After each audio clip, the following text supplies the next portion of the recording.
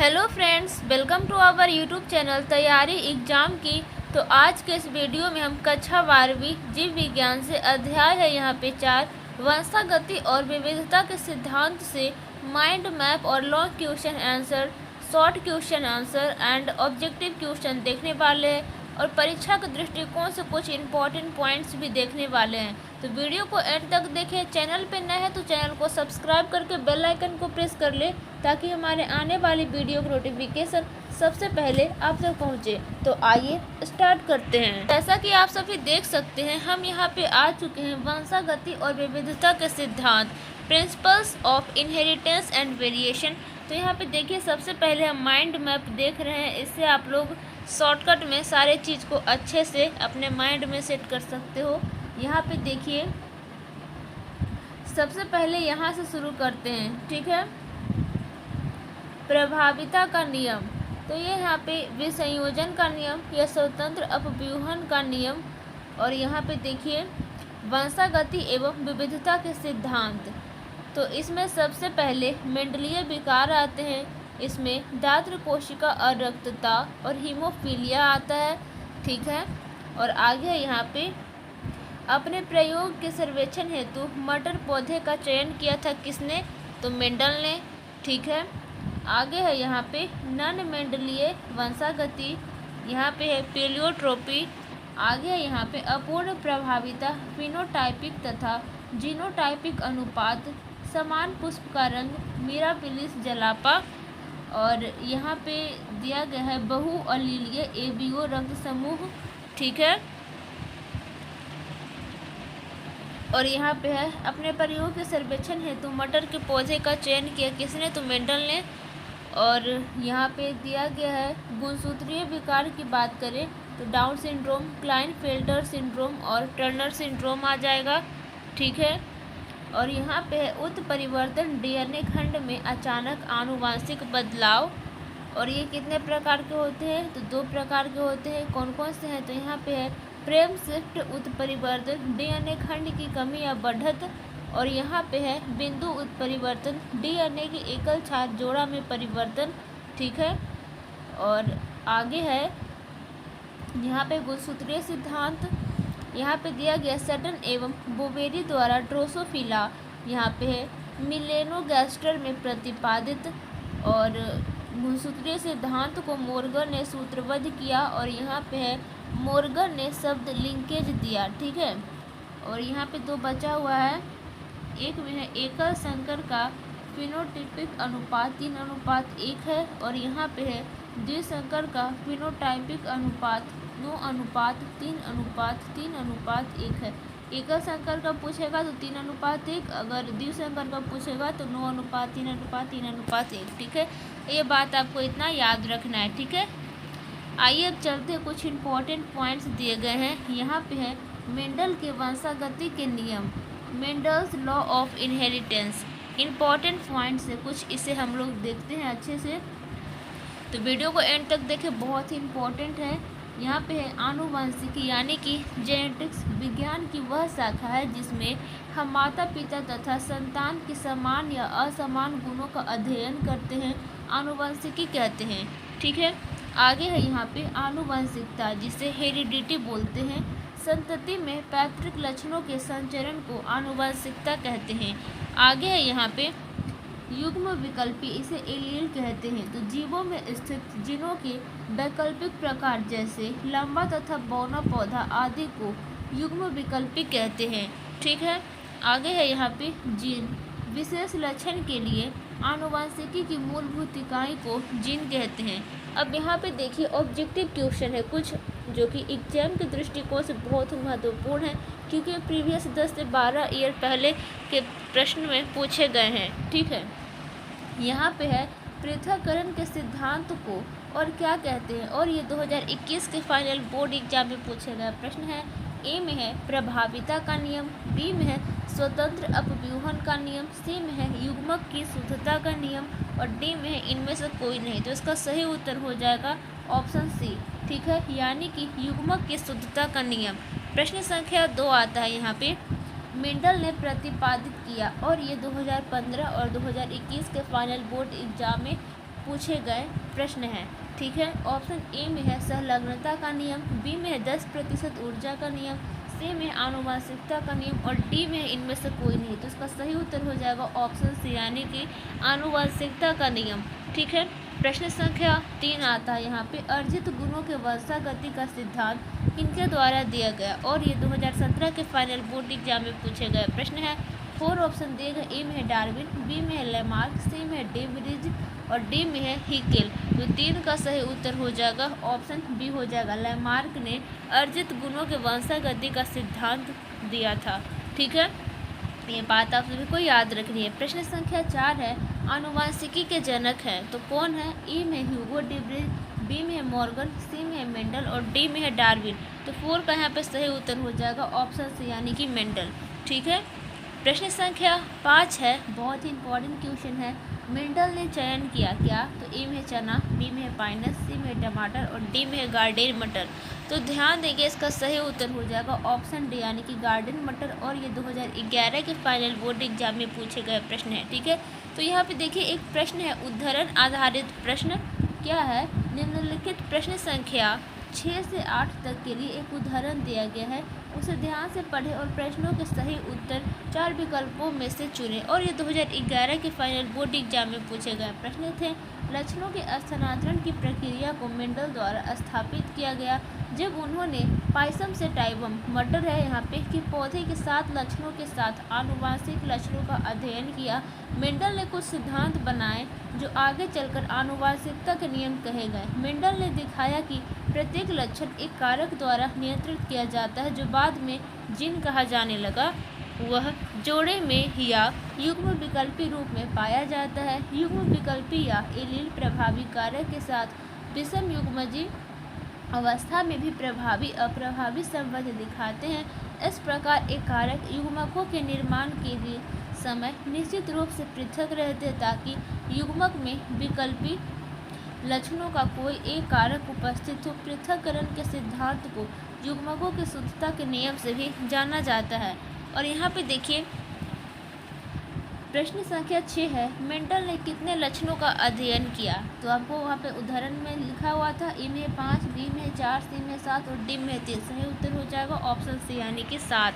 ठीक है, आइए चलते हैं और ये 2015 और 2021 के फाइनल बोर्ड एग्जाम में पूछे गए प्रश्न हैं।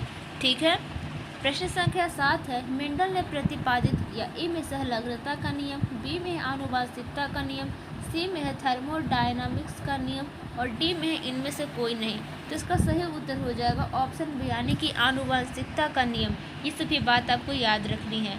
ठीक है, आइए अब चलते हैं, प्रश्न संख्या 8 है और ये 2021 के फाइनल बोर्ड एग्जाम में पूछे गए प्रश्न है। पृथक्करण के सिद्धांत को और क्या कहते हैं। 4 ऑप्शन दिए गए, ए में प्रभाविता का नियम, बी में स्वतंत्र अपव्यूहन का नियम, सी में युग्मकों की शुद्धता का नियम और डी में इनमें से कोई नहीं। तो 8 का सही उत्तर हो जाएगा ऑप्शन सी यानी कि युग्मकों की शुद्धता का नियम।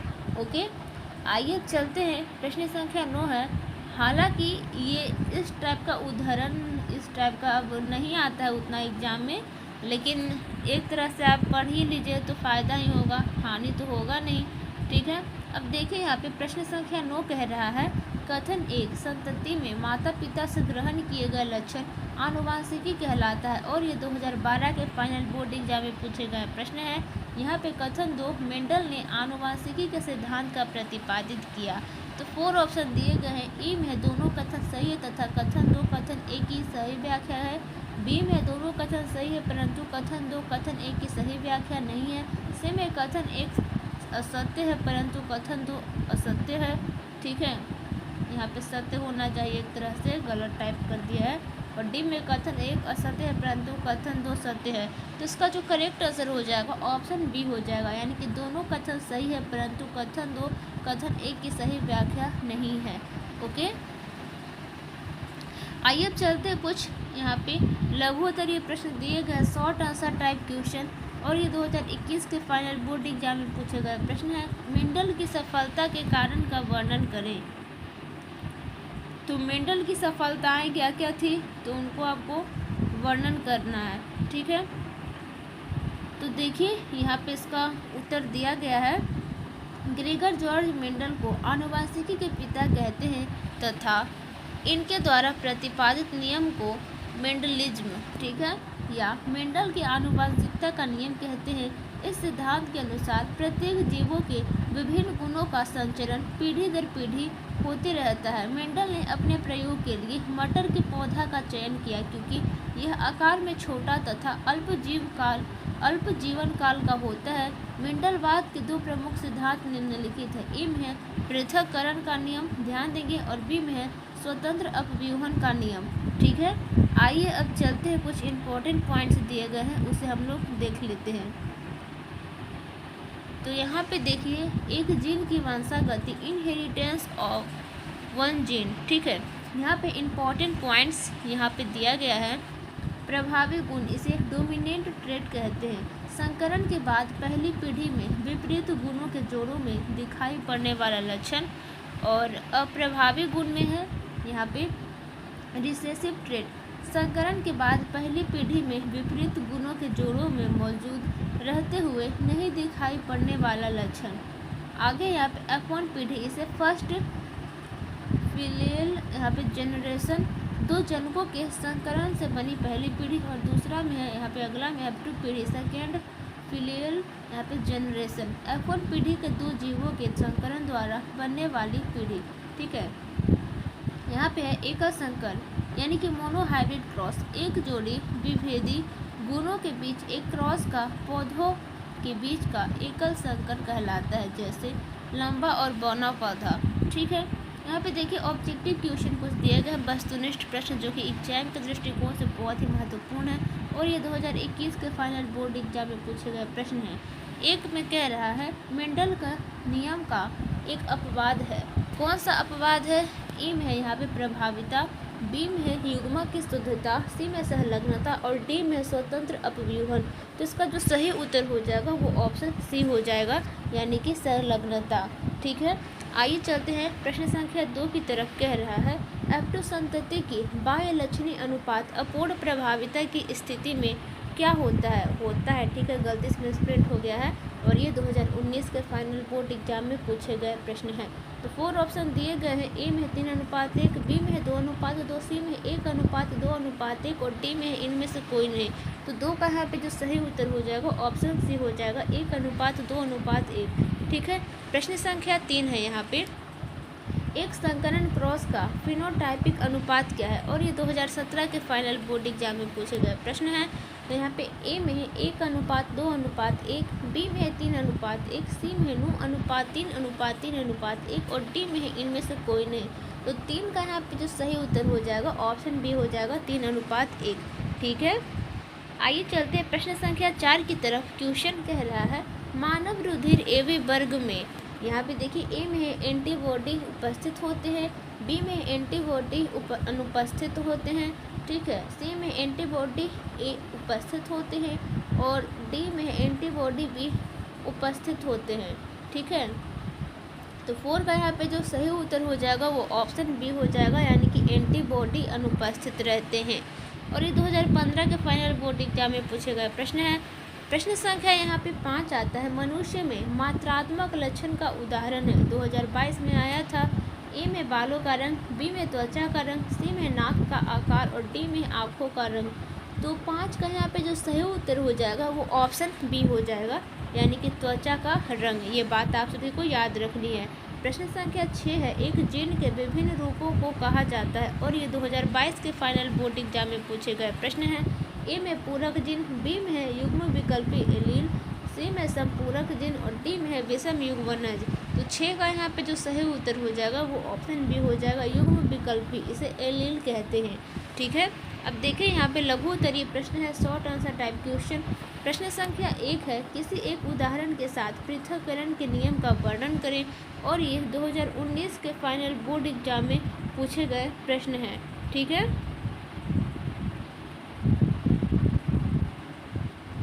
तो देखिए यहाँ पे उत्तर हो जाएगा लघु उत्तरीय प्रश्न का, किसी गुण के लिए किसी जीव में मौजूद 2 घटक अपनी पहचान स्पष्ट बनाए रखता है तथा युग्मक जनन के दौरान पृथक होता है, फिर अचानक विभिन्न युग्मकों में वितरित होते हैं और फिर भिन्न संतति में जोड़े बनाते हैं।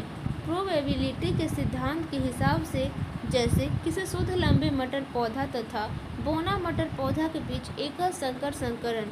ठीक है, आइए चलते हैं प्रश्न संख्या 2 की तरफ। क्या कह रहा है? दूसरा में यहाँ पे अपूर्ण प्रभाविता से आप क्या समझते हैं, उचित उदाहरण देकर समझावे।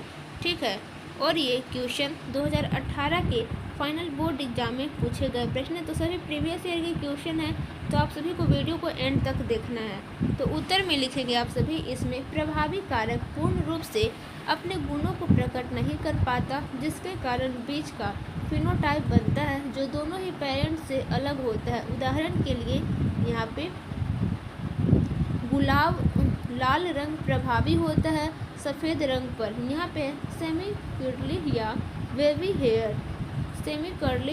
वेवी हेयर युक्त जन्मे शिशु दूसरा उदाहरण है अपूर्ण प्रभाविता का। ठीक है, आइए चलते हैं प्रश्न संख्या 3 की तरफ। यहाँ पे है बहुविकल्पता के बारे में 100 उदाहरण लिखे, और ये 2016 के फाइनल बोर्ड एग्जाम में पूछे गए प्रश्न हैं।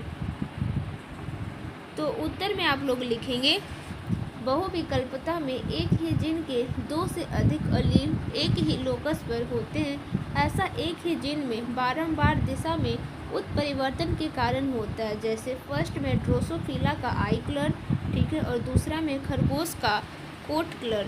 ठीक है, आइए चलते हैं प्रश्न संख्या 4 की तरफ। क्या क्वेश्चन है?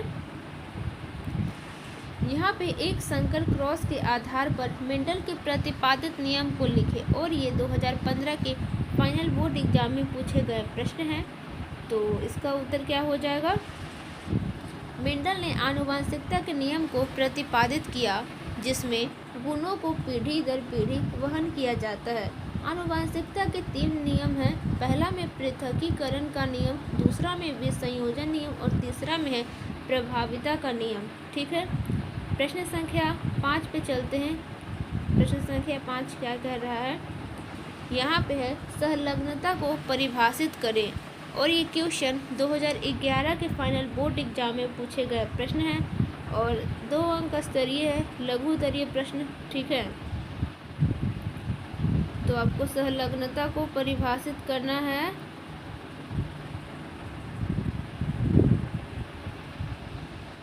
तो यहाँ पे आ गया, एक ही गुणसूत्र पर जिन या कज श्रृंखला के नज़दीकी संबंध को सहलग्नता कहते हैं। यह 2 प्रकार का होता है, पूर्ण तथा अपूर्ण सहलग्नता। यह जिन के पुनर्योगन या फिर पुनर्योगज होगा एक तरह से, ठीक है, की संभावना को कम करता है तथा इस प्रकार पैतृक गुणों का बनाए रखने में मदद करता है। आइए चलते हैं प्रश्न संख्या 6 की तरफ। यहाँ पे डीएनए एवं आरएनए के बीच 2 प्रमुख अंतर बताइए, और ये क्वेश्चन 2011 के फाइनल बोर्ड एग्जाम में पूछे गए प्रश्न हैं। तो आइए देखते हैं।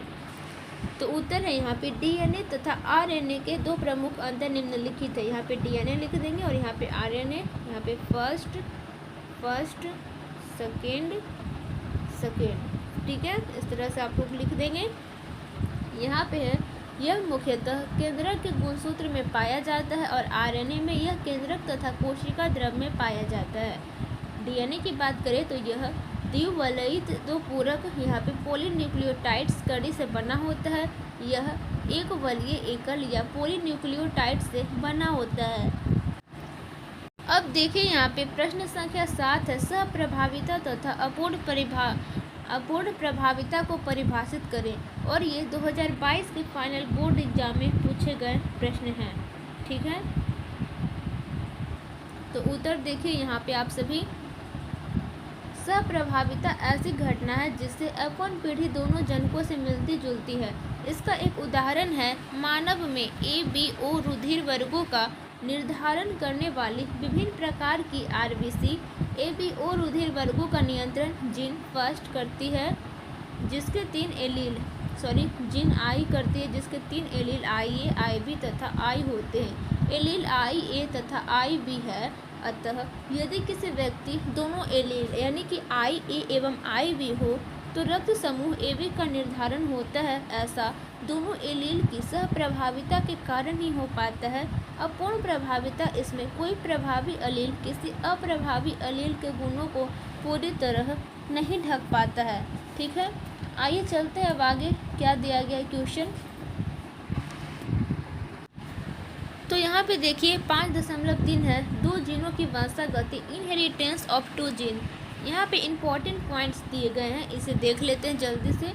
यहाँ पे है डाई हाइब्रिड क्रॉस यानी कि 2 विभेदी जोड़ी के गुणों के बीच के पौधों का क्रॉस, जैसे पीला गोल बीज तथा हरा जोड़ीदार बीज के बीच क्रॉस। ठीक है, बीज के बीच क्रॉस। ठीक है, यहाँ पे बैक क्रॉस यानी कि बैक, इस तरह से एक सेकेंड, बैक क्रॉस। ठीक है, तो देखिए यहाँ पे प्रथम F1 संतति तथा किसी एक पेरेंट के बीच का क्रॉस जिससे संतति उत्पन्न हो। अब देखिए हम लोग ऑब्जेक्टिव क्वेश्चन देख रहे हैं। पहला में यहाँ पे एक जीन जोड़ा दूसरे जीन जोड़ा के प्रभाव को दबा देता है, इस घटना को क्या कहते हैं? और ये 2021 के फाइनल बोर्ड एग्जाम में पूछे गए प्रश्न है। ठीक है, तो 4 ऑप्शन आपको यहाँ पे दिए गए हैं। ए में है एपिस्टेसिस, बी में प्रभाविता, सी में है उत्परिवर्तन और डी में है इनमें से कोई नहीं।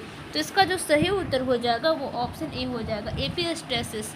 ठीक है, आइए चलते हैं प्रश्न संख्या 2 की तरफ। कह रहा है मनुष्य में ABO रक्त समूह क्या दर्शाता है? और ये क्वेश्चन 2020 के फाइनल बोर्ड एग्जाम में पूछे गए प्रश्न है। ए में है अपूर्ण प्रभाविता, बी में है बहुअलील, सी में है सहप्रभाविता और डी में है बी और सी दोनों। तो इसका उत्तर क्या हो जाएगा? इसका उत्तर हो जाएगा ऑप्शन डी, बी और सी दोनों, यानी कि बहुअलील और सहप्रभाविता दोनों। ठीक है, प्रश्न संख्या 3 आता है यहाँ पे। एक बालक का रुधिर वर्ग O है तथा उसके पिता का रुधिर वर्ग B है, तो उसके पिता का जीन प्रारूप इनमें से कौन होगा? और ये 2018 के फाइनल बोर्ड एग्जाम में पूछे गए प्रश्न है। तो मुझे तो उत्तर दिख रहा है 3 का। यहाँ पे सही उत्तर क्या हो जाएगा? देखिए 4 ऑप्शन दिए गए हैं। ए में है IO, बी में IO IB, सी में IB और डी में IA। इसका एक ट्रिक आपको बता दें, ऑप्शन बी करेक्ट हो जाएगा। बोलिए कैसे? तो देखिए यहाँ पे पहले IO का IO कर देंगे, फिर B का IB कर देंगे, हो गया। और क्या, आइए चलते हैं प्रश्न संख्या 4 दिया गया है यहाँ पे। एक ही स्थान पर उपस्थित रहने वाले जीन जिनकी विभिन्न अभिव्यक्ति हो कहलाते हैं। और ये 2018 के फाइनल बोर्ड एग्जाम में पूछे गए प्रश्न है। ए में है बहुअलील, इसे मल्टीपल एलील कहते हैं। बी में है बहुजीन, इसे पॉलीजीन कहते हैं। सी में है ओंकोजीन, डी में सहप्रभाविता जीन यानी कि कोडोमिनेंट जीन कहते हैं। ठीक है, तो 4 का करेक्ट आंसर क्या हो जाएगा? तो इसका सही उत्तर हो जाएगा ऑप्शन ए। ठीक है, मल्टीपल एलील यानी कि बहुअलील।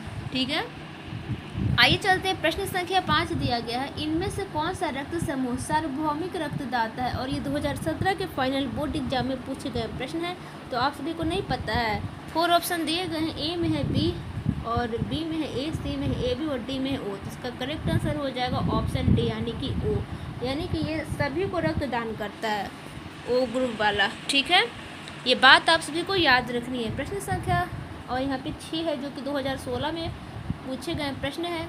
मानव रुधिर वर्ग O में है, क्या है? ए में एंटीजन अनुपस्थित होते हैं, बी में एंटीबॉडी अनुपस्थित होते हैं, सी में एंटीजन उपस्थित रहते हैं और डी में एंटीबॉडी ए उपस्थित रहते हैं। तो 6 का सही उत्तर हो जाएगा ऑप्शन ए, यानी कि एंटीजन अनुपस्थित होते हैं। ठीक है, प्रश्न संख्या 7 है यहाँ पे। द्विसंकर क्रॉस में अनुलक्षणी यानी कि फेनोटाइपिक अनुपात होता है। और ये 2013 और 2016 के फाइनल बोर्ड एग्जाम में पूछे गए प्रश्न है। ए में 3:1, बी में 1:2:1, सी में 9:7 और डी में 9:3:3:1। तो 7 का सही उत्तर हो जाएगा ऑप्शन डी, 9:3:3:1। ये बात आप सभी को याद रखनी है। यहाँ पे देखिए लघुतरीय प्रश्न कुछ दिए गए। एक में है रक्त के कार्यों के लिखे, और ये 2017 और 2012 के फाइनल बोर्ड एग्जाम में पूछे गए प्रश्न है। रक्त के कार्य आपको लिखने हैं। ठीक है, तो यहाँ पे देखिए उत्तर में दिया गया है रक्त द्रव संयोजी ऊतक का एक उदाहरण है। ठीक है, यह द्रव्य भाग प्लाज्मा तथा यहाँ पे ध्वजपदः, ठीक है, कोशीय कणिका से निर्मित है।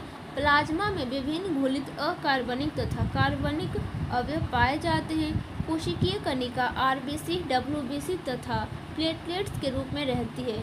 रक्त के कार्य बोलते हैं हम लोग, तो यह विभिन्न पोषक पदार्थ, गैस, हार्मोन इत्यादि को शरीर के विभिन्न ऊतक अंग में पहुंचाने का कार्य करता है।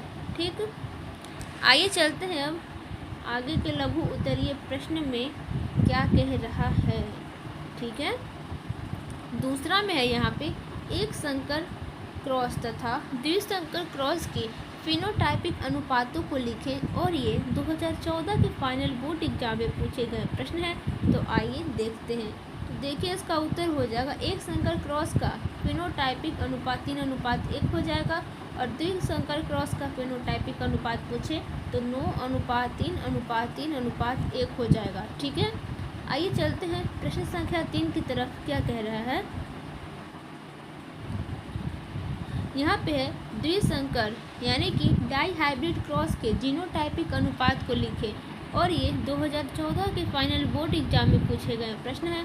तो उत्तर में हो जाएगा यहाँ पे द्विसंकर क्रॉस का जीनोटाइपिक अनुपात यहाँ पे हो जाएगा 1:2:1, 2:4:2:1:2:1। ठीक है, तो देखिए फिनोटाइपिक पूछे एक संकर क्रॉस का तो 3:1, द्विसंकर क्रॉस का तो 9:3:3:1। अगर द्विसंकर क्रॉस का जीनोटाइपिक अनुपात पूछ दे तो ये आप लोग याद रखेंगे। ठीक है, आइए अब चलते, बहुत लंबा चौड़ा है बट आप लोग याद रख लोगे। ठीक है, आगे है यहाँ पे शायद ऑब्जेक्टिव क्वेश्चन नहीं, दीर्घ उत्तरीय प्रश्न यहाँ पे एक है। देखिए क्या है, फर्स्ट में है मनुष्यों में रक्त समूह की वंशागत यहाँ पे वंशानुगति को दर्शाते हुए बहुविकल्पता का वर्णन करें, और ये 2013 के फाइनल बोर्ड एग्जाम में पूछे गए प्रश्न है। तो इसका देखिए उत्तर हो जाएगा यहाँ पे, एक सेकेंड, हाँ यहाँ पे आ गया उत्तर। रक्त समूह बहुविकल्पता का एक उदाहरण है। इसे सर्वप्रथम बर्नेस्टीन एवं वेनर नामक वैज्ञानिक ने बताया था। ठीक है, आगे है रक्त समूह के लिए यदि जीन आई हो तो इसके 3 एलील होते हैं, IA, IB तथा IO। IA द्वारा एंटीजन का निरूपण होता है, IB द्वारा एंटीजन यहाँ पे पता नहीं क्या है का, परंतु यहाँ पे द्वारा किसी भी एंटीजन का निरूपण नहीं होता। साथ ही IA प्रभावी है, IO एवं IB प्रभावी है, IO, परंतु IO अप्रभावी होता है। हालांकि IA, IB आपस में सह प्रभावी है। इस 3 में से 2 एलील माता पिता से संतान में जाता है। इस प्रकार मनुष्य के रक्त समूह में 6 जीनोटाइप के लिए 4 फिनोटाइप पाए जाते हैं। ये बात आपको याद रखनी है, 6 जीनोटाइप के लिए 4 फिनोटाइप पाए जाते हैं। तो यहाँ पे देखिए कुछ दिया गया है, यहाँ पे 4 फिनोटाइप, यहाँ पे 6 फिनोटाइप। ठीक है, आई थिंक यहाँ पे जीनोटाइप लिखना चाहिए। यहाँ पे देखिए पता नहीं क्या मिसप्रिंट है। यहाँ पे देखिए A है, यहाँ पे IA और A होगा IA IO। ठीक है, B में हो जाएगा यहाँ पे I स्मॉल b यहाँ पे IB और IO। ठीक है, AB में हो जाएगा यहाँ पे AB में IA और IB, स्मॉल b है, और O में हो जाएगा यहाँ पे IO और IO। ठीक है, तो इस तरह से कुछ है। तो लघुत्तरीय प्रश्न हो गया, दीर्घोत्तरीय प्रश्न हो गया यहाँ पे। अब आइए यहाँ पे कुछ इंपॉर्टेंट पॉइंट्स दिए गए हैं लिंग निर्धारण यानी कि सेक्स डिटर्मिनेशन के बारे में, इसे भी देख लेते हैं। यहाँ पे है लिंग निर्धारण, एक जैविक तंत्र जिसके द्वारा जीवों में लिंग का निर्धारण किया जाता है। आगे यहाँ पे अधिकतर जीवों में लैंगिक जनन 2 युग्मकों के द्वारा संतान उत्पन्न होते हैं, अतः ये बाईपेरेंटल होते हैं। उनकी संतानों में 2 लिंग होते हैं अर्थात नर और मादा, हालांकि कुछ द्विलिंगी होते हैं। बहुअलील वह अवस्था जिसमें दो से ज़्यादा अलील किसी गुण को प्रकट करता हो। ठीक है, तो यहाँ पे कुछ इम्पोर्टेंट पॉइंट्स हो गए। अब आइए आगे चलते हैं। वस्तुनिष्ठ प्रश्न यहाँ पे हैं, ऑब्जेक्टिव टाइप क्वेश्चन, और ये 2020 के फाइनल बोर्ड एग्जाम में पूछे गए प्रश्न है। प्रश्न संख्या 1 है, कैपिटल जेड और यहाँ पे कैपिटल जेड कैपिटल डब्ल्यू तरह का लिंग निर्धारण किस में देखा गया? ए में घोंघा में, बी में तिलचट्टा में, सी में मोर में और डी में मनुष्य में। तो ऑब्जेक्टिव क्वेश्चन की क्लास करवाए थे, उसमें आप सभी देखे होंगे, तो आप सभी बता देंगे। तो ऑप्शन सी हो जाएगा यहाँ पे करेक्ट आंसर, मोर में। और ये एक तरह से पक्षियों में भी हो जाता है। ठीक है, आइए दूसरा है यहाँ पे, और ये 2011 के फाइनल बोर्ड एग्जाम में पूछे गए प्रश्न है। क्रॉसिंग ओवर किस अवस्था में होता है? ए में है जाइगोटीन, बी में है लेप्टोटीन, सी में है पैकिटीन और डी में मेटाफेज। तो दो का यहाँ पे जो सही उत्तर हो जाएगा वो ऑप्शन सी हो जाएगा, यानी कि पैकिटीन। ठीक है, आइए चलते दीर्घ होता ये प्रश्न दिए गए हैं। लिंग निर्धारण से आप क्या समझते हैं? लिंग संलग्न वंशागति को उदाहरण सहित समझाएं। और ये 2020 के फाइनल बोर्ड एग्जाम में पूछे गए प्रश्न हैं। ठीक है,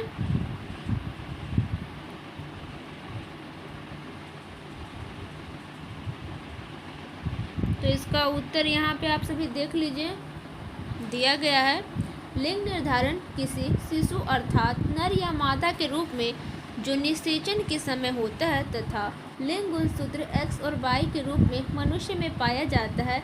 मादा में XX तथा नर में XY होता है। ठीक है, आगे यहाँ पे दिया गया है लिंग सहयोजी आनुवंशिकता किसी गुण की उपस्थिति है अलील की मौजूदगी के कारण, तो जो या तो X गुणसूत्र पर रहता है या Y गुणसूत्र पर, जैसे वर्णांधता एवं हीमोफीलिया दो सामान्य उदाहरण हैं। लिंग सहयोजी आनुवंशिक रोग का वर्णांधता का जीन X गुणसूत्र पर निहित है, अतः मादा दो प्रकार की होती है। पहला में है XX, देखिए जो X के ऊपर इस तरह से दिया गया है ये, यानी कि वाहक मादा हो गई, और दूसरा में XX इसके ऊपर इस तरह से दो है, यानी कि वर्णांध मादा हुई। ठीक है, यानी कि इसमें डिसऑर्डर हो गए। पर यदि यह जीन नर में मौजूद हो तो हमेशा वर्णांध होगा नर।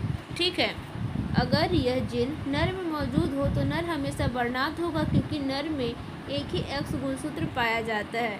ठीक है, तो कुछ इस तरह से है। आइए चलते हैं प्रश्न संख्या 2 की तरफ, क्या कह रहा है। यहाँ पे है लिंग क्या है? लिंग निर्धारण के विभिन्न प्रकारों का संक्षिप्त वर्णन करें। और ये 2019 के फाइनल बोर्ड एग्जाम में पूछे गए प्रश्न हैं। ठीक है, तो उत्तर में लिखेंगे आप लोग कुछ इस तरह से। लिंग किसी जीव का नर या मादापन का निरूपण है। लिंग का निर्धारण जीवों में निषेचन के समय ही हो जाता है। लिंग निर्धारण विभिन्न प्राणियों में लिंग गुणसूत्र द्वारा होता है, जो विभिन्न प्रकार का है। ठीक है, पहला में यहाँ पे XXXO प्रकार, तो यहाँ पे है यह ग्रास ओपर तिलचट्टा जैसे विभिन्न कीटों के अलावा गोल कृमि में पाया जाता है। ऐसे मादा में दो लिंग गुणसूत्र XX होते हैं, जबकि नर में सिर्फ एक X गुणसूत्र, X पर दूसरा गुणसूत्र नहीं होता, अतः नर XO द्वारा दर्शाया जाता है। ठीक है, तो यहाँ पे देखिए कुछ बने हुए हैं चित्र, क्या है इसे भी देख लेते हैं अच्छे से। चित्र है तिलचट्टा या ग्रासहोपर में XXXO लिंग निर्धारण। ठीक है, तो पहले देखिए यहाँ पे नर है और यहाँ पे मादा है। और एक बात आपको याद रखनी है, जो इस तरह से साइन होगा ना, तो इसे नर कहते हैं। परीक्षा में आपको पूछ दिया जाएगा कि ये साइन क्या दर्शाता है। ठीक है, और पूछ देगा इस तरह से, और इस तरह से अगर पूछ देगा ये क्या है, तो ये मादा है, ध्यान में रखेंगे। ठीक है, ये मादा का साइन है और ये नर का है। ठीक है, इस तरह से रहेगा, तो ये नर और इस तरह से ये मादा, आप सभी को याद रखनी है। तो वही साइन यहाँ पे दिया गया है नर का, मादा का। तो नर में देखिए यहाँ पे कैपिटल ए प्लस XO है, मादा में A प्लस XX है, माता पिता। ठीक है, तो यहाँ पे देखिए 2a से a के यहाँ पे आया और xo यहाँ पे a और o आया है, ठीक है। और यहाँ पे है a प्लस एक्स और यहाँ पे x का a प्लस एक्स, यहाँ पे युग्मक है, ये गैमीट है, ठीक है।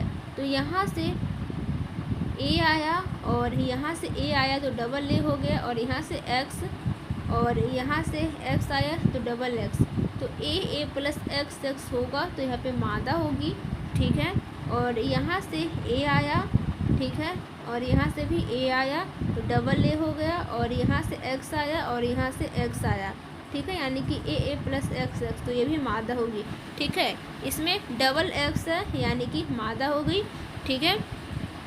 अब आइए इसमें देखते हैं हम सभी यहाँ पे, ठीक है।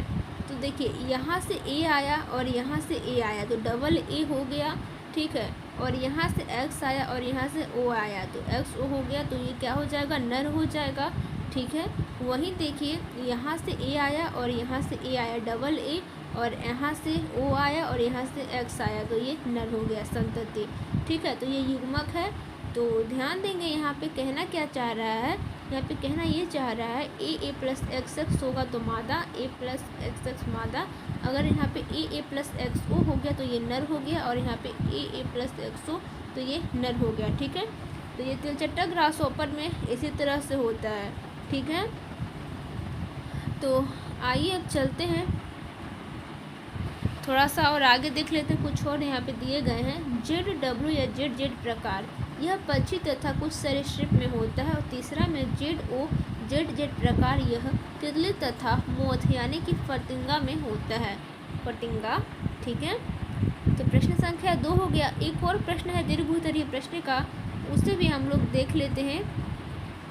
यहाँ पे कह रहा है उचित उदाहरणों के साथ लिंग निर्धारण की प्रक्रिया का वर्णन करें। तो ये 2017 के फाइनल बोर्ड एग्जाम में पूछे गए प्रश्न है, ठीक है। तो यहाँ पे आपको उदाहरण देना है, उत्तर में लिखेंगे आप सभी यहाँ पे विल्सन तथा स्टीवेंस, यानी कि 1905 में दिया था, ठीक है।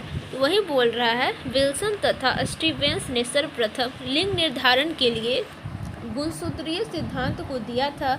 इस मत के अनुसार जीवों में लिंग निर्धारण x तथा y गुणसूत्र पर निर्भर करता है। लिंग निर्धारण निम्न प्रकार के होते हैं। फर्स्ट में है यहाँ पे XXXY प्रकार, ठीक है। यह कीट तथा मानव सहित विभिन्न स्तनधारियों में पाया जाता है।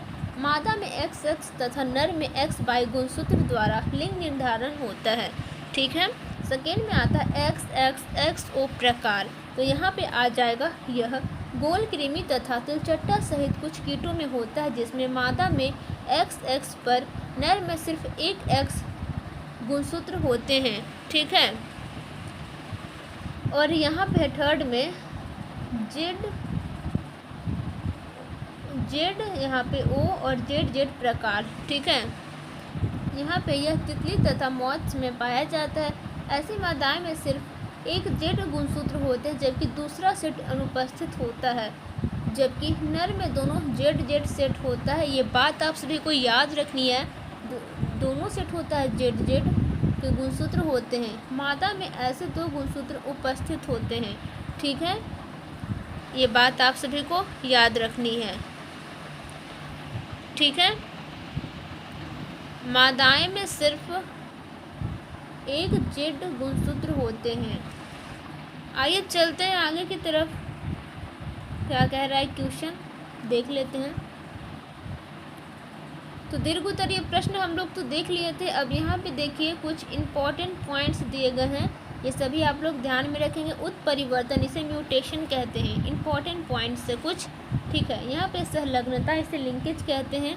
तो ये क्या है, तो एक ही गुणसूत्र पर उपस्थित वे जीन या एलील या अर्धसूत्री विभाजन के समय एक दूसरे से बिना पृथक हुए उसी स्थिति में पीढ़ी दर पीढ़ी स्थानांतरित होते रहते हैं, एक दूसरे से संलग्न होते हैं।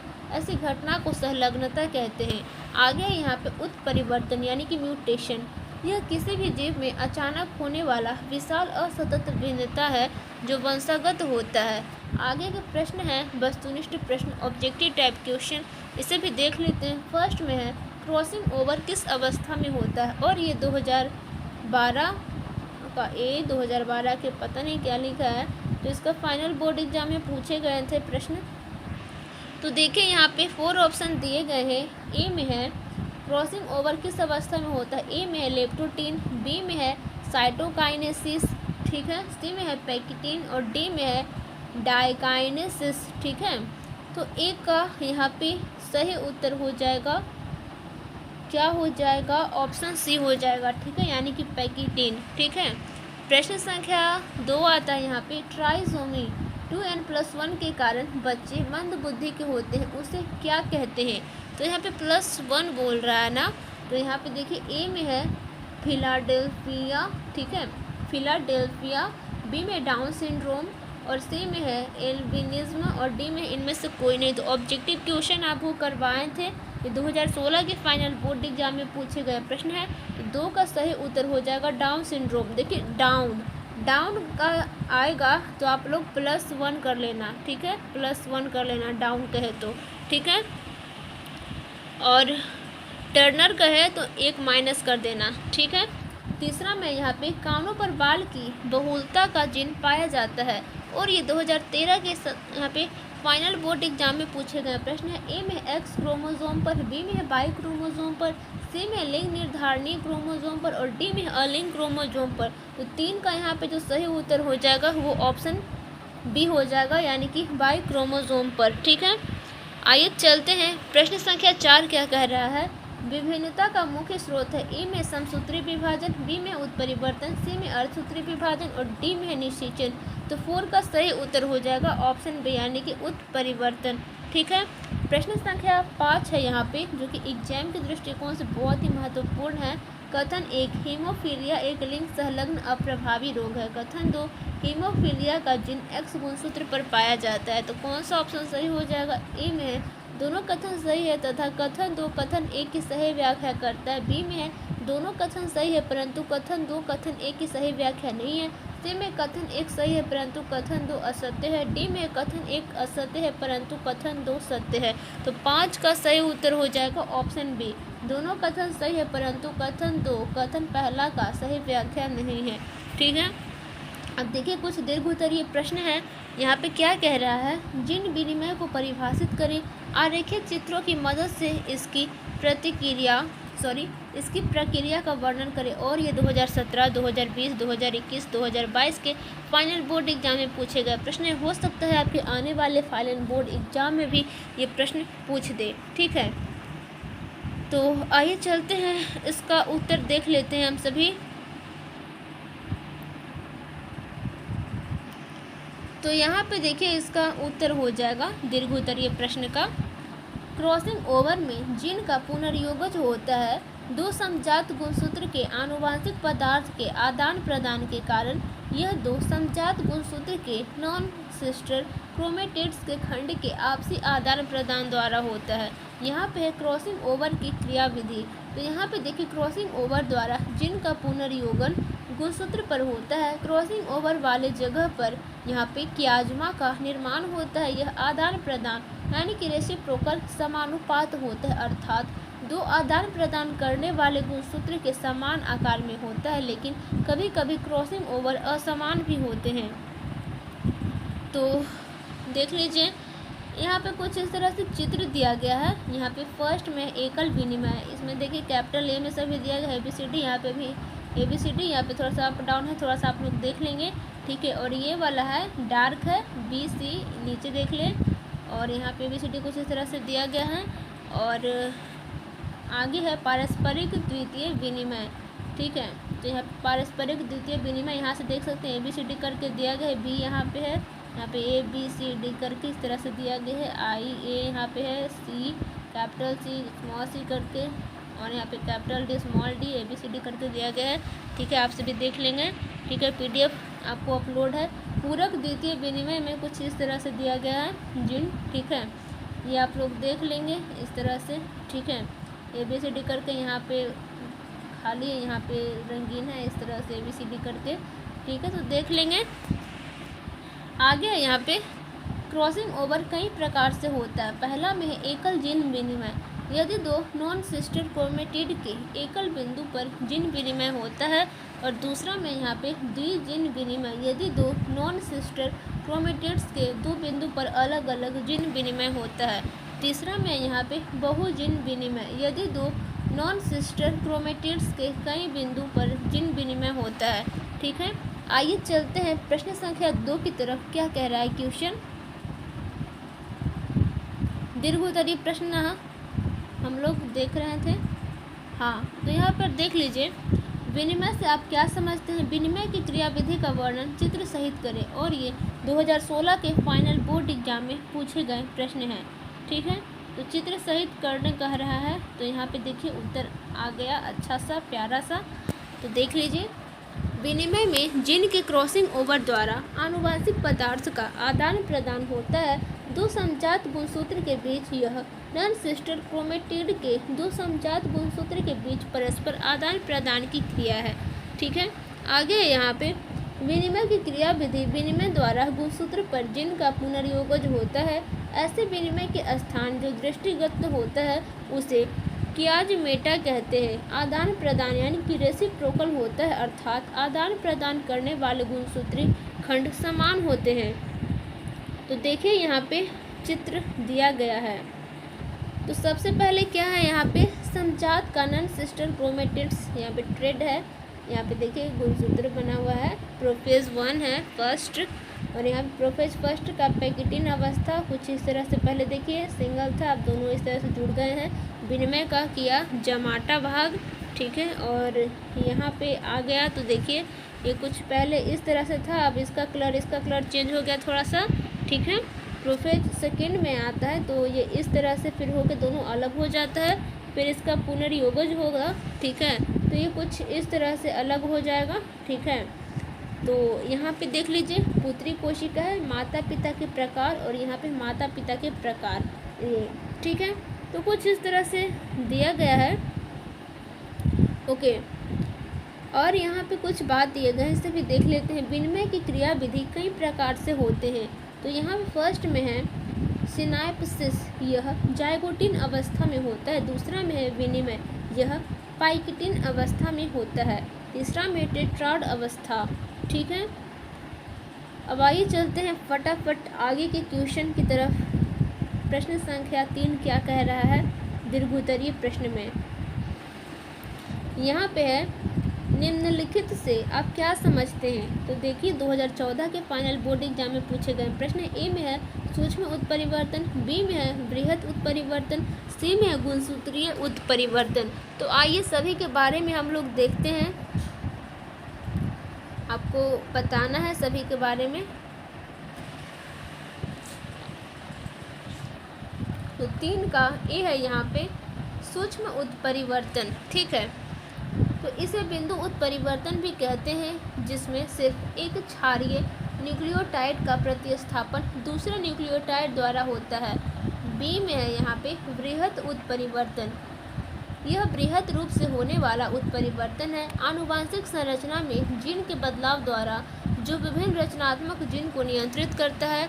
और सी में आता है यहाँ पे गुणसूत्रीय उत्परिवर्तन, यानी कि यह गुणसूत्र की रचना संख्या में बदलाव द्वारा होता है, जिसके कारण जीव में जीनोटाइप में बदलाव होता है।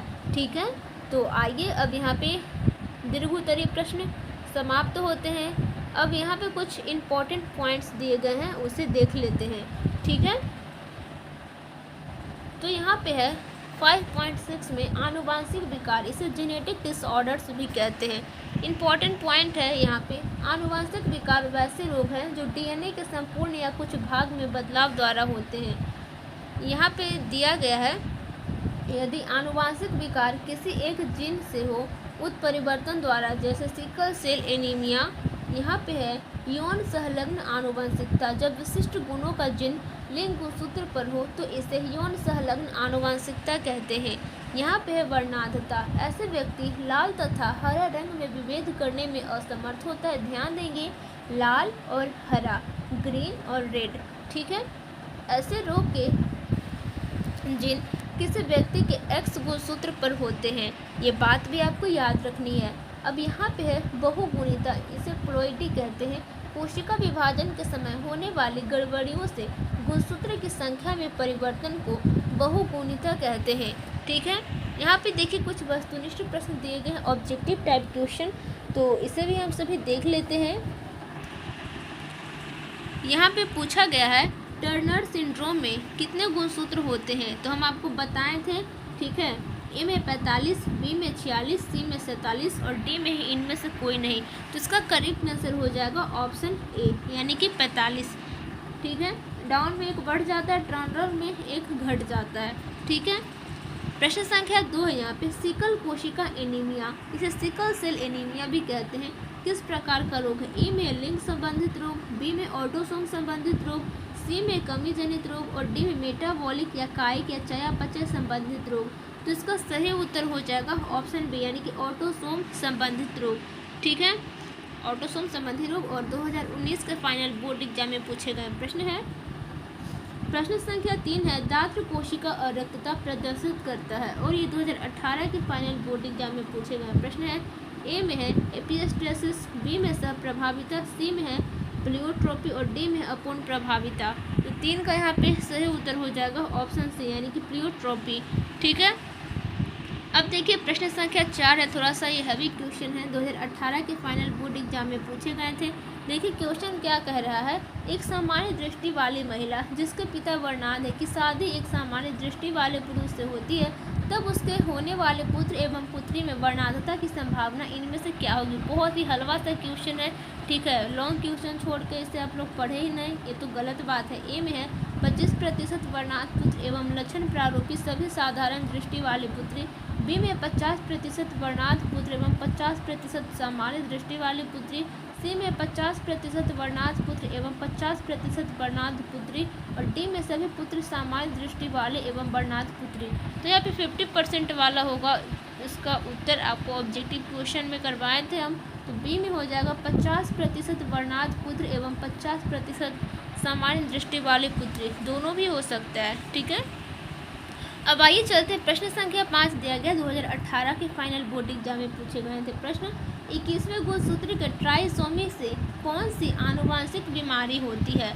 तो मैं आपको बताई थी ना, ए में क्लाइनफेल्टर सिंड्रोम, बी में टर्नर सिंड्रोम, सी में दात्र कोशिका अरक्तता और डी में है डाउन सिंड्रोम। तो 5 का सही उत्तर हो जाएगा यहाँ पे डाउन सिंड्रोम।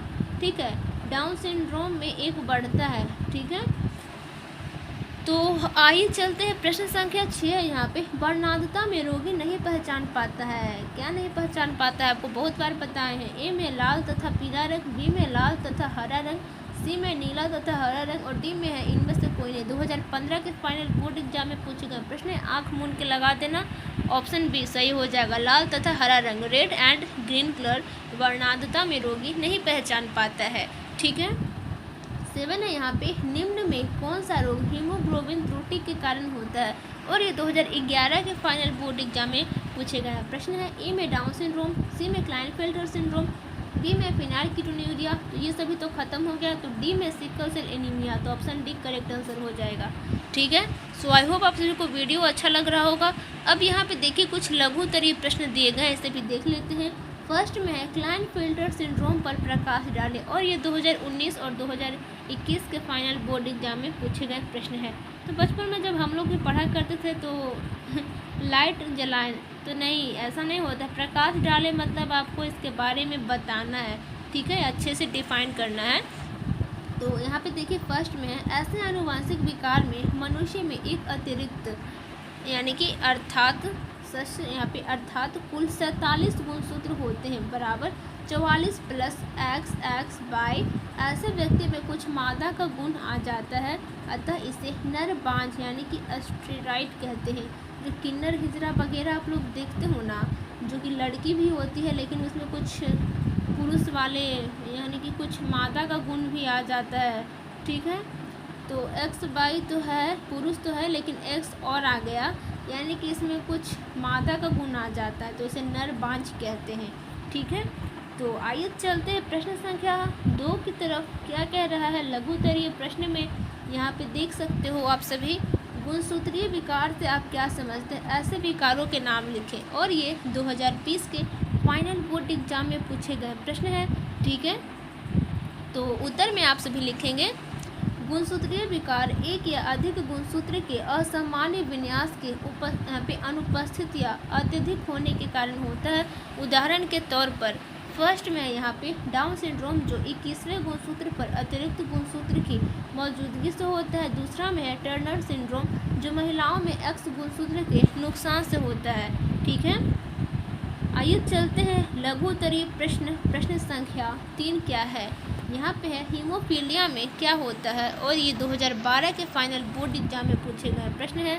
तो देख लीजिए, इसका उत्तर हो जाएगा, इसे ब्लीडर्स रोग भी कहते हैं। यह सेक्स लिंक्ड रिसेसिव विकार है। ऐसे व्यक्ति में रक्त में जमने यानी कि ऐसे व्यक्ति जिनमें रक्त जमने में असमर्थ होता है, यानी कि रक्त का स्राव होते रहता है, रक्त घटक यानी कि 8 की कमी के कारण या घटक 9 के कारण, अतः यह घातक होता है। हीमोफिलिक जिन एक्स गुणसूत्र पर मौजूद रहते हैं, ठीक है। यानी कि इसमें जो जैसे कि समझिए कि आपके बॉडी पे कहीं पे चोट लग गया या कहीं पे कट लग गया, तो हीमोफीलिया में क्या होता है कि रक्त बहते रहता है, ठीक है।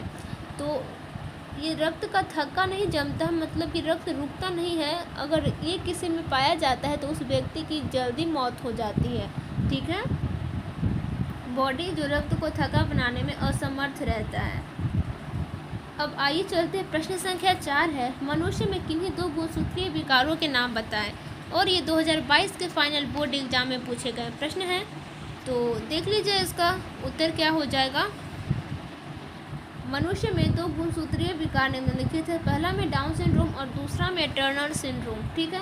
अब देखिए कुछ दीर्घोत्तरीय प्रश्न है, लास्ट है, उसे भी हम लोग देख ही लेते हैं। अब वीडियो एंड ही होने वाला है, बस एक ही क्वेश्चन है क्या। यहाँ पे देखिए दीर्घोत्तरीय प्रश्न दिया गया है, क्रोमोसोमीय गुणसूत्रीय विकार से आप क्या समझते हैं। निम्नांकित गुणसूत्रीय विकार के कारणों एवं संबंधित असमानता के लक्षणों को लिखें। और ये 2018 के फाइनल बोर्ड एग्जाम में पूछे गए प्रश्न हैं, ठीक है। तो पहला में डाउन सिंड्रोम, दूसरा में क्लाइनफेल्टर सिंड्रोम और तीसरा में टर्नर सिंड्रोम, ठीक है। तो हाँ, ये लास्ट क्वेश्चन है, फिर आप सभी को बल्ले बल्ले हो जाएगा, ठीक है। तो देखिए यहाँ पे इसका उत्तर हो जाएगा, ये 5 अंक है, ठीक है। इसे आप लोग मजाक में ना ले। तो देखिए इसका उत्तर हो जाएगा गुणसूत्रीय विकार गुणसूत्र की संख्या में परिवर्तन या गुणसूत्र के कुछ खंडों में बदलाव के कारण होता है। कुछ संबंधित गुणसूत्रीय विकार निम्नवत हैं, ठीक है। फर्स्ट में यहाँ पे डाउन सिंड्रोम क्या है, तो यह एक प्रकार का ऑटोसोमल विकार है जो 21वें गुणसूत्र के ट्राइसोमी के कारण होता है। डाउन में मतलब एक बढ़ जाता है, ठीक है। डाउन कह रहा है तो यानी कि एक बढ़ रहा है, ठीक है। अर्थात 21वें गुणसूत्र पर एक अतिरिक्त गुणसूत्र के आने से होता है। अतः इसमें 46 के बदले 47 गुणसूत्र होते हैं डाउन सिंड्रोम में, याद रखेंगे। इस विकार के प्रमुख लक्षण हैं गोल चेहरा, खुला मुंह, जीभ बाहर निकला हुआ, छोटा गर्दन, यहाँ पे मंद बुद्धि, ठीक है, मंद बुद्धि सहित डिफेक्टिंग हृदय एवं अन्य अंग।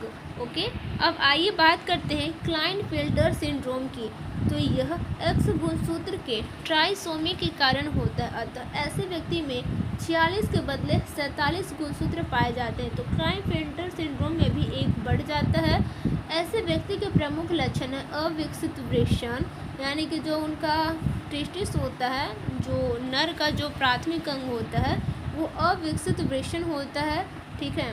मंद बुद्धि होता है और यहाँ पे है नौकनी, लंबी बाहु सहित बड़ा स्तन ग्रंथि तथा हाई पिच्ड ध्वनि। तो ये सब हिजड़ा किन्नर वगैरह आप लोग देखते हो ना, वो सब के ऐसे अविकसित वृषण होते हैं और वो सभी मंद बुद्धि टाइप के होते हैं। नौकनी, लंबी बाहु होते हैं सहित बड़ा स्तन ग्रंथि होते हैं, ठीक है। यानी कि उसमें नर और महिला के दोनों टाइप पाए जाते हैं, ठीक है। और देखते हैं ना किन्नर जो हिजड़ा वगैरह लोग होते हैं, उन सभी का आवाज़ पूरा हाई होता है, ठीक है। ऐसे नर स्टेराइल होते हैं, ठीक है। तो ये क्लाइनफेल्टर सिंड्रोम के द्वारा होता है। अब आइए बात करते हैं टर्नर सिंड्रोम। तो यह मोनोसोमी यानी कि 2n-1। देखिए टर्नर में क्या होता है, माइनस होता है, ठीक है। डाउन में बढ़ेगा और टर्नर में भी डाउन में बढ़ेगा और क्लाइनफेल्टर में भी आपको बढ़ेगा, ठीक है। लेकिन जो टर्नर सिंड्रोम है इसमें डाउन हो जाएगा एक, ठीक है। तो यहाँ पे देखिए यह मोनोसोमी 2n-1 के कारण होता है, अर्थात 46 के बदले 45 गुणसूत्र पाए जाते हैं। ऐसी मादा बांझ होती है, यानी कि ये बच्चा जन्म देने में असमर्थ होती है, ठीक है। जिसमें यहाँ पे रूडिमेंट्री अंडाशय यानी कि अल्प विकसित स्तन, अल्प गर्भाशय सहित मासिक स्राव, अंडोत्सर्जन नहीं होता, यानी कि ऐसी भी महिलाएं होती है तो इसे भी किन्नर वगैरह हिजरा वगैरह में शामिल कर दिया जाता है इन सभी लोगों को, ठीक है। ये सभी समाज से पिछड़े लोग होते हैं एक तरह से, ठीक है। तो मैं किसी की भावनाओं को ठेस नहीं पहुंचा रही हूँ, बट ये इसी टाइप के होता है, समाज से सभी लोगों को बाहर कर दिया जाता है, ठीक है। सो आई होप आप सभी को ये नॉलेज अच्छा लगा होगा। चैनल पर है तो चैनल को सब्सक्राइब करके बेल आइकन को प्रेस कर दें ताकि हमारे आने वाली वीडियो की नोटिफिकेशन सबसे पहले आप तक पहुँचे। वीडियो को लाइक कर दें, ठीक है। अपने दोस्तों के पास शेयर तो आप सभी कर ही देते हो। तो मिलते हैं नेक्स्ट वीडियो में। अगर आपको इसका PDF नोट्स बिल्कुल फ्री ऑफ कॉस्ट में प्राप्त करना है तो उसके लिए सिंपली टेलीग्राम पे जाएंगे और चैनल का नेम सर्च करेंगे, तैयारी एग्जाम की 12th ग्रुप। जैसे ही सर्च करेंगे हमारे चैनल का लोगो आ जाएगा, क्लिक करके ज्वाइन कर लेंगे और यहाँ पे फाइल वाले सेक्शन में सर्च वाले ऑप्शन में जाके physics, chemistry, biology, Hindi, English, math जो भी आप पढ़ना चाहते हो आप लोग पढ़ सकते हो। वहाँ पे बहुत सारे स्टूडेंट जुड़े हुए हैं और साथ ही साथ चैनल के प्लेलिस्ट में भी विजिट करके आप लोग पढ़ते रहें, एग्जाम की प्रिपरेशन करते रहें। मिलते हैं नेक्स्ट वीडियो में। Thank for watching this video.